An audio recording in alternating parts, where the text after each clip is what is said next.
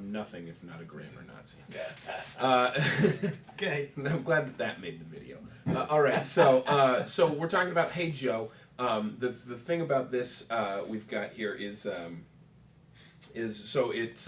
intro is where most of the meat of the tune is. We've got this. It starts with this slide from the 3rd fret to the 5th fret, the 2nd string.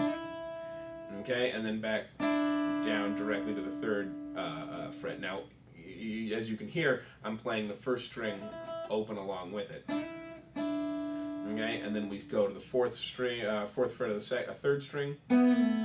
Slide it down to the 2nd fret, same string, and then play the 2nd and 3rd strings open. And that's the first segment. Okay, so that's what's under in that first measure there. So slide 3, slide down to 2, open. Okay, that's the first part. Then we jump to this E major chord, right? So you recognize that guy. And the way we're going to play this is we're going to pick the 6th string, and then the 5th string, and then we're going to strum. Okay, boom, doom,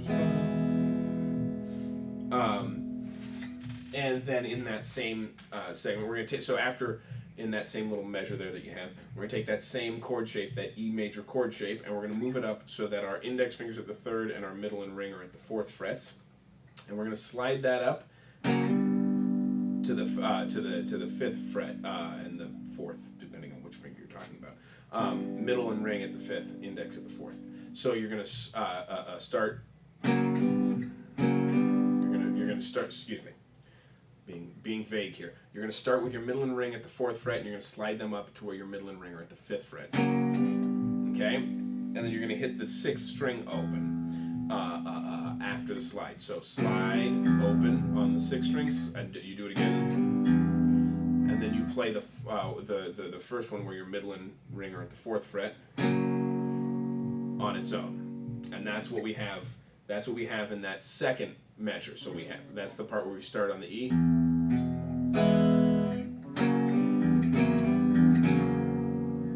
Okay? So one more time. E, 6, 5, strum. Slide, E, slide, E, no slide. Okay, and one last time here.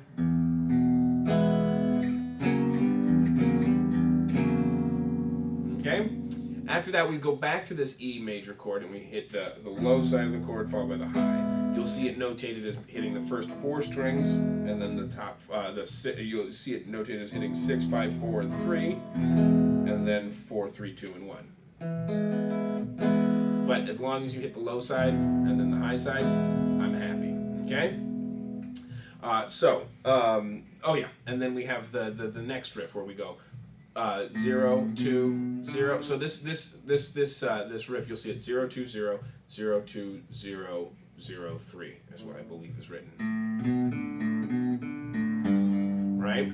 The best way to think about it is 2 segments of that 0, 2, 0. So, and then you repeat that. And then a little ending where we have 0, 3, and so forth. So you have 2 of the first parts, and then that 3rd part afterwards. So 0, 2, 0, 0, 2, 0, 0, 3. Okay. So then that last part all together, you're going to go low, high, 0, 2, 0, 0, 2, 0, 0, 0, 3. Sorry, saying it and playing it at the same time. Harder than actually just playing it. Low, high, 0, 2, 0, 0, 2, 0, 0, 3. Okay, so now I'm going to put them all together for you nice and slow. Here we go. 3. So we're going to start with this slide. Oh, that's not it at all, Matt. Get your act together. All right. So here we go.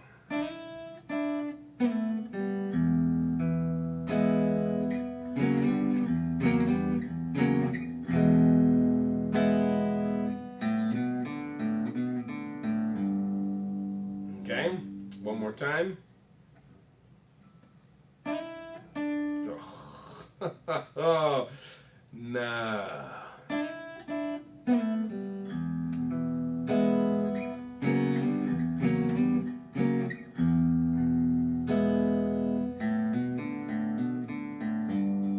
and then we'd move on, where we see C, G, D, A, and then we have the same riff again, right, with where we slide the chord.